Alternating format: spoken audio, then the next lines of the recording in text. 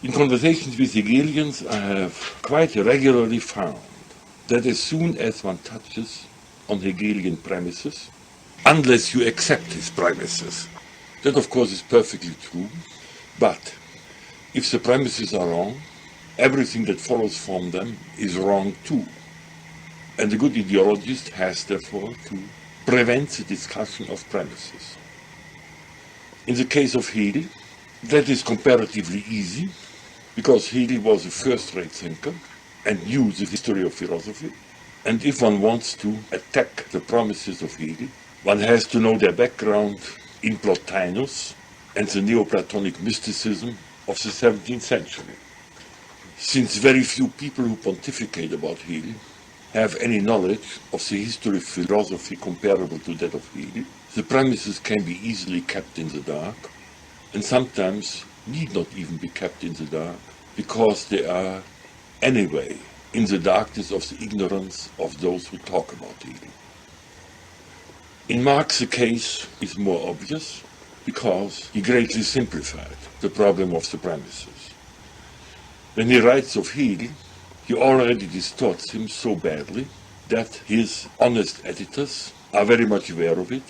and cannot help but express themselves cautiously on their finding. The editors of the Frühschriften of Karl Marx,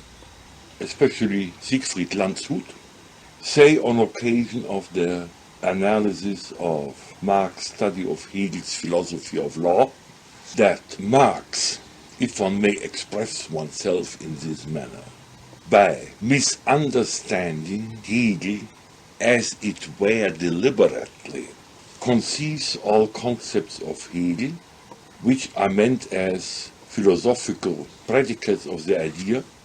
as statements on facts.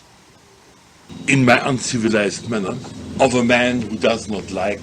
to murder people for the purpose of supplying intellectuals with fun, I flatly state that Marx was consciously an intellectual swindler for the purpose of maintaining an ideology that would permit him to support violent action against human beings with a show of moral indignation. I have stated the problem explicitly inaugural lecture in Munich in 1958 and explored on that occasion the mental disturbance that lies back of such action. Marx, however, still is conducting his argument on a very high intellectual level, and the surprise caused by my flat statement that he was engaged in intellectual swindle with repercussions in the daily press can easily be explained on the same line as the darkness that surrounds the premises of Hegel. The Marxian swindle concerns the flat denial to enter into the etiological argument of Aristotle, that is on the question that man does not exist out of himself, but out of a divine ground of all reality. Again, as distinguished from the contemporaries who pontificate about Marx, Marx himself still had a very good philosophical education and knew that the problem of etiology in human existence was the central problem of a philosophy of man. And if he wanted to destroy man's humanity by making him a socialist man, quotation, socialist man, he had to refuse to enter into the etiological argument. On this point, he was, one must admit, considerably more honest than Hegel,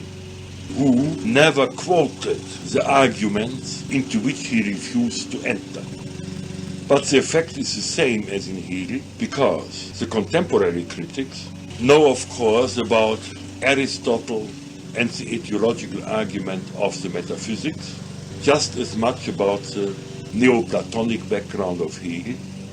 that is exactly nothing. The general deculturation of the academic and intellectual world in Western civilization furnishes the background for the social dominance of opinion which still would have been laughed out of court even in the late Middle Ages or in the Renaissance. When we go beyond Marx into the ideological epigonae of the late 19th and of the 20th century, we are already far below the intellectual level that formed even the background of a Marx. And here comes in my particular hatred of ideologies because of the vulgarization of the intellectual debate and a distinctly ochlocratic coloring of public discussion, which today has reached the point of considering as fascist or authoritarian even a reference to the facts of intellectual history, which must be known if one wants to discuss the problems that come up in the political debate. The radical condemnation of historical and philosophical knowledge must be recognized as an important factor in creating the social environment in which persons who cannot even be called intellectual crooks because their level of consciousness is much too low to be aware of their objective crookedness, but must be rather characterized as functional illiterates with a strong desire of personal aggrandizement. These observations then bring us down to the level of National Socialism. It is extremely difficult to engage in a critical discussion of National Socialist ideas, as I have found out when I gave my semester course on Hitler and the Germans in 1964 in Munich, because in National Socialist and related nationalist documents, we are far below the level on which rational discussion is possible. In order to deal with language documents of this type, one must first develop a philosophy of language, going into the problems of symbolization on the basis of experience and the perversion of such symbols on the Vulgarian level of people who are utterly unable to read a book on the level of philosophy. This level, which are characterized as the Vulgarian, and as far as it becomes socially relevant as the ochlocratic level, again is not admissible as in the position of a partner in discussion, but can only be an object of scientific research. These Vulgarian and ochlocratic problems must not be taken lightly. One could perhaps argue one should simply not take note of them. They are serious on the level of life and death because the Vulgarians create and dominate the intellectual climate in which the rise of figures like Hitler to power is possible. I would say therefore that in the German case, the destroyers of the German language and German philosophy on the literary and journalistic level, characterized and substantiated by materials over more than 30 years in the volumes of Karl Kraus, are the true criminals who are guilty of the National Socialist atrocities, which are possible only when the social environment has been so destroyed by the Vulgarians that a person who is truly representative of this Vulgarian spirit can rise to power. The motivations I have just referred to were perfectly clear to me at the time,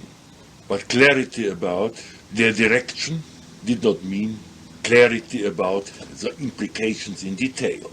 What one had to do was to explore the problems and in fact create the intellectual apparatus for the highly complex phenomena of intellectual deformation, perversion, crookedness, vulgarization, and so forth. And that required studies which at the time simply did not exist, so their necessity was felt on all sides. Into this context, for instance, belong the studies which are published under the title Die politischen Religionen in 1938. To speak of the politischen Religionen in that context, conformed to a class of literature which interpreted the new ideological movement as a variety of religions, and of authors like Louis Rougier, R-O-U-G-I-E-R, Louis Rougier, who published his successful volume La Mystique Politique. The classification is not wrong, but I would no longer use today the term religions because it is too vague and already deforms the real problem of experiences by bringing it down to the level of dogma or doctrine. Moreover, in that small volume on the politischen Religionen, I still treated on the same level such phenomena as the spiritual movement of Eknaton, of medieval theories of spiritual and temporal power, of apocalypse, the Leviathan of Hobbes, and certain national socialist symbolisms. More adequate treatment would have required far-reaching differentiations between these various phenomena who were thrown together by me at that time still under the head of the politischen Religion. The book was just finished printing in March 1938 when the National Socialist occupation of Austria occurred. The publishing house of Berman Fischer was an inevitable target, among others, of the occupation forces, and the whole edition was confiscated at the publishers and never reached the public. Later I found that a few copies had gone into commerce because apparently various National Socialist agencies got copies from the Gestapo, which after the Second World War entered commerce. The volume on the authoritarian state that was published in 1936 in Vienna was on the whole a piece of forced labor. I had been habilitated as a privatdozent for sociology and wanted to expand my venia legendi to political science. For that purpose I had to write a new book of an undoubtedly political science nature, and if possible on a subject related to Austrian politics. Material was there aplenty because in the 1930s the generally known resistance against National Socialism, the Civil War situation of 1934, the murder of Dollfuss, the creation of a corporate constitution, and so on all took place, and very suitable subject for treatment, since at that time nobody else paid any attention to these matters. The book is somewhat heterogeneous. In the first part, I dealt with the symbols total and authoritarian. Again, I should like to stress that at the time nobody else dealt with problems of this nature, and no intellectual apparatus for treating these topical terms much in use had been attempted. I developed on that occasion the distinction between political symbols and theoretical concepts, which I later further developed in my new science of politics into the distinction between topoi and concepts. This distinction is basic for an adequate treatment of the language problems in politics. Conventionally, whatever pops up as a language symbol in politics is simply accepted as such and enters the vague realm of political ideas. The first step in getting some rational order into this vague mass is to be clear about what constitutes theory, and that had already motivated my study of classical political philosophy, and in what way the concepts of theory differ from other language symbols which do not express the order of existence, but are expressive of various disorders and of the formations of concepts only half understood by the illiterates on the Vulgarian level.